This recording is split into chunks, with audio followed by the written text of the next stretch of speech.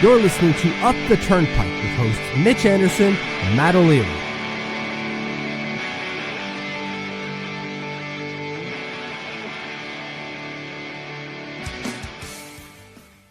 What is going on, Isles fans? Matt O'Leary alongside Mitch Anderson for another video on the YouTube channel, and apparently, Mitch, another layer to this Anthony Duclair saga. Do you think it's not just another layer, but a final layer? Possibly. So, in case you missed it, Anthony Duclair was not at the morning skate today. Islanders held practice. They don't play again until tomorrow night. And we got a quote from Patrick Waugh. We will talk about that and get into just some more context behind this Anthony Duclair riff right now. So let's start here, Mitch. We'll pull it up. Here's the quote from Patrick Waugh. Obviously, you saw that Anthony was not at the practice today. This morning, Anthony and I had a very good conversation, a very positive one, and Anthony asked me to take some time off and reflect. So obviously, I agreed to that, and we'll give him all the time that he needs.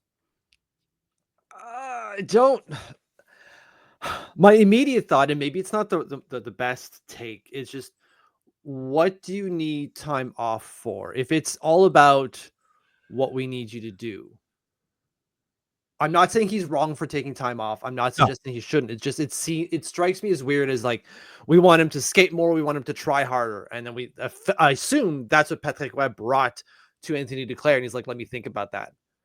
I assume, again, we don't know the full context, but that's the context that we were given from Patrick just 2 days ago. So if that's the case, like, what is there to think about? That seems like a very binary kind of answer that's required, isn't it? Right. Unless it's like, I don't want to be here anymore. And that's kind of yikes. Right. And it's in year one into a 4-year deal, which there's 3 more years left on this contract, which is maybe an issue within itself. And clearly it's been a very hard year for him. He hasn't performed well. He was also injured. So I'm trying to look at this through Anthony's lens, and obviously want to be respectful of him saying, like, all right, let me take some time. What that means, I'm not quite sure, but we were talking before hitting the record button. Like, do we see him again this year? Like, what is this? I'm not going to play Friday. I'll see you guys on Sunday. Give me a couple days. Or is this shut me down? I'm done. Yeah. I could only assume is give me a couple days to recover from the shit that you threw at me, which would be fair to Anthony Duclair. I was going to call him Beauvillier. But that's totally fair to, like, maybe try to take a step away and bring the heat down. Maybe that's something that they all agreed upon. Because the last thing that Lou Lamoriello wants is a media circus, and this is turning into one, rightfully or wrongly. I don't want to speak for Anthony or like anything like that, but I feel like this almost makes it worse because it draws more attention to it. And I'm just asking the question, but when you feel like you'd want that opportunity to be like, all right, like, I'll show you, here's what I'll do, that, I'm going to prove myself over these last 8 games from, like, a competitor standpoint. And I don't disagree. I really don't. I really think this could come down to a team thing and Lou just not being media savvy, if you will. He's just like, we're going to shut it down and we're going to bury this. You could just bury this by, like, saying what Patty said. I had a good conversation with Anthony Duclair today. He was at practice. Everything's good. We're going to move forward. Done. And then Anthony could do the thing that you said, to just show him that I'm going to do these things on the ice.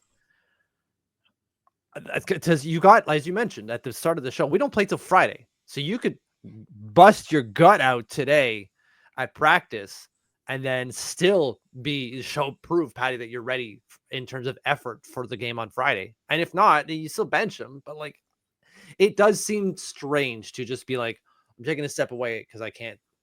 Anyways, for whatever reason, it seems strange. Right. And again, like, we don't have Anthony's side. This is only clearly the one side from, Patrick Waugh saying what happened. But I just think this adds an extra wrinkle to it. And instead of it like, hey, I got ripped at practice, or I got ripped after a game, and, like, it is what it is. And then he talks to me and he's like, look, I'm trying to improve my game. Obviously, coach wants more out of me. I'm going to try to give it my all the rest of the season. Something along those lines. I feel like that puts an end to this story at that. But now that's not going to be the case until if and when Anthony Duclair returns back. Exactly. The story just gets picked up later, right? You just delay the inevitable. And then you have that big kind of vacuum that is going to be filled up by schmucks like you and I trying to figure out like, well, what the hell is actually going on? Because we want to know, because we're generally curious, as you at home are as well. So we're going to fill that vacuum or that void, I should say, of information. And we're not going to make stories up, but like it's going to be hard not to try to come to some sort of conclusion here. And what's interesting is we've seen something similar with Pierre Engvall. Now, we stated after the comments from Patrick Waugh and Anthony Duclair that we've never really heard Patrick Waugh be that harsh before. He's called out guys before, like Pierre Engvall, but Engvall didn't go away and take a leave of absence. Sure, he was scratched a little bit, at times, but to his credit, it seems like he's putting some of that together and trying to be better. He has been better down the stretch here. I don't know if that saves his Islanders career, but it's just two very different approaches that I think we've seen from Pierre Engvall and Anthony Duclair. And I'm not saying necessarily one's right over the other, but just if Anthony and the team wanted this to, be the end of it, like the story to go away, I don't think this is the route to go, is all. Yeah, no, I totally agree with you. I don't think it's the route to go. To me, I'm kind of surprised seeing some of so we've had some time to digest this happening and the ripples that came out after Anthony Duclair not being there. One of which is Ethan Sears found this tweet from Arpan Basu back in 2019, where then it's not then, but where John Tortorella, who was then Anthony Duclair's coach in Columbus, rips him in a very similar way to Patrick Roy ripping him just a couple days ago. You think that there'd be some sort of resiliency to this type of, let's call it attack, if you will, built up over his career. So this is 6 years ago about Anthony Duclair from his head coach. Right. It's a bit of a long quote, but I'll give it to you. I don't know. Right now, I don't know. I don't think he knows how to play. I don't. It seems to me he's like a player that just feels he can get the puck because he's tremendously skilled. He can skate. He has all those things, as you guys know. I just think he can go do whatever the hell he wants on the ice. He can't do it in the National Hockey League. We have spent a lot of time trying to teach him situational play away from the puck. All the stuff we do with the players, sometimes it looks like he's understanding. So to answer your question, I don't know. I don't know if he's just can't comprehend or if he's just stubborn, but he's running out of time. This was 6 years ago, and we're still feeling kind of the same things about, maybe not you or I, but at least Patrick Roy, the same things about Anthony Duclair. Very reminiscent of Oliver Wahlstrom under Barry Trotz is what it made me think of. But Oliver Wahlstrom was then 21 years old. Anthony Duclair, very much not. No, this is a veteran who's played in the league, 11 years? This is the 11th season in the NHL. Very different scenario. Well, it's similar in that you can compare that the quotes from Barry Trotz were like, he doesn't know how to play at the NHL level yet. That much is very true. Yeah. But as you pointed out, you're talking about a 19, 20-year-old versus a guy who's been in the league 11 years at this point. Exactly. So it just seems that the same things are coming up again. And kind of why I brought this up. You thought that there'd be some sort of, maybe not emotional resilience, because it's really hard to just have to be able to stand up to a coach who just rips you on a platform that you do not have, right? Like Anthony Duclair cannot call a press conference, or he probably won't call a press conference to be like, I don't appreciate Patty shitting on me. He gave me bad instructions, blah, blah, blah. It's just not going to happen. Not under Lou Lamoriello. So it's not an equal platform. So you'd think that he would have developed something like that, but apparently not. Again, I'm trying to fill the void of what the frig is going on between Anthony Duclair and the team now.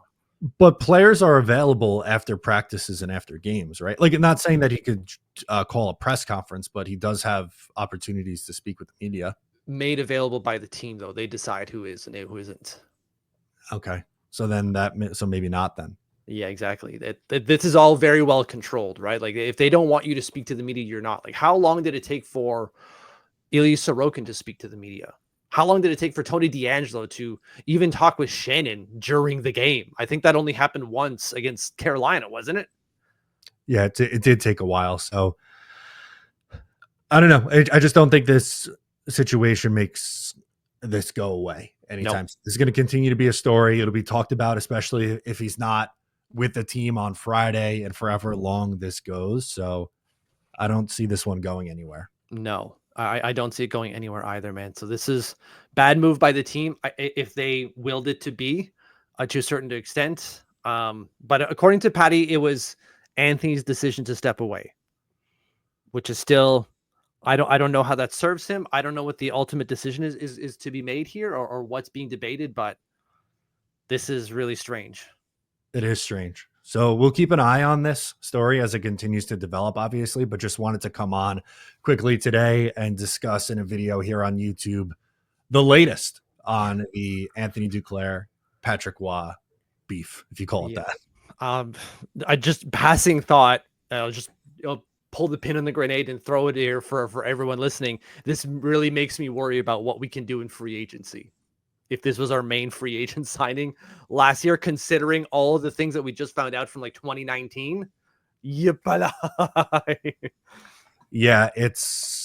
they've struggled to get key free agents in here for a very long time. They've had to overpay people, and they had to give Duclair a term. And, he's been on 9 teams in 11 years. And I think we were both okay with the signing, but we both kind of had, all right, what's next on our mind after that, essentially saying, Anthony Duclair can't be the only big offseason addition. And he was, and he hasn't played well. He's gotten hurt. It's been a very, very tough year, not only for the New York Islanders, but for Anthony Duclair in particular. Exactly. So not a lot of confidence going into free agency next year. No. So that'll do it for us on this one. Please make sure to like the video before you go. Hit the subscribe button if you're new. Let us know your thoughts in the comments down below. I'm Matt. He's Mitch, and we will catch you next time.